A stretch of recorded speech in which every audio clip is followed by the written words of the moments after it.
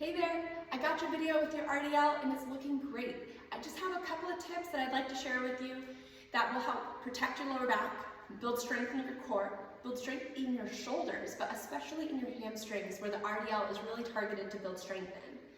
I'll show you first body weight and then I'll show you with some hand weights.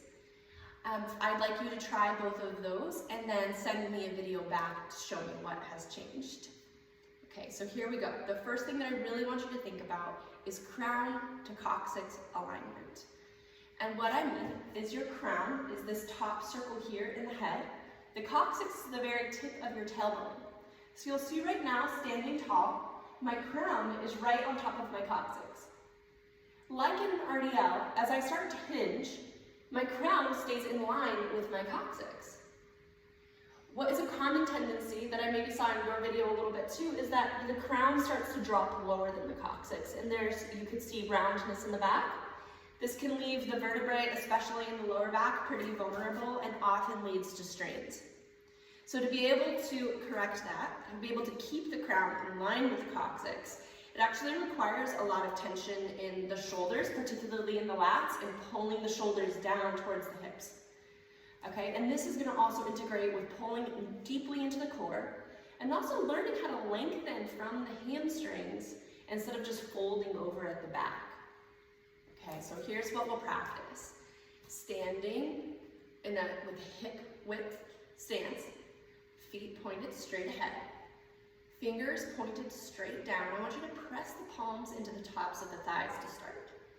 Just lightly, and you'll feel how that can activate the backs of the shoulder blades.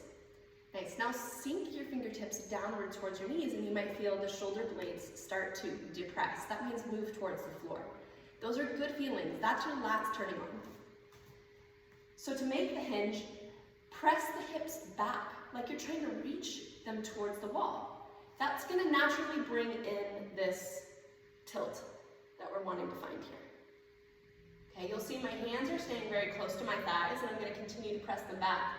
As soon as I let my shoulders go, you'll see the back rounds. So pulling those hands back and keeping the shoulders packed as well as the core engaged and the hips pressing back and also lifting up is a key component. So full crown to coccyx alignment means all the way through the neck. The neck is long, the spine is long, and the S-curve of the spine is preserved. Good, so we'll stand straight up, steering from the hips, not from the spine. And we'll try the same thing with some weights.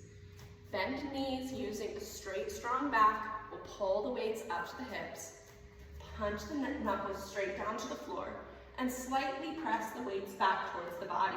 I don't want you to push the weights into your legs this time. You can let them pull forward, but keep them in line with the toes, not any further forward than that. All right, so here we go. Shoulders are engaged, hips pressed back, weights are hovering over the toes. There's lots of engagement through the shoulders, and exhale. We'll straighten the pelvis to kind of standing. Good. So there you go, an RDL. Really focus on shoulder engagement, core engagement, and keeping that natural S-curve through the spine. Crown to coccyx alignment. I look forward to seeing your next video. I know that you're going to do great.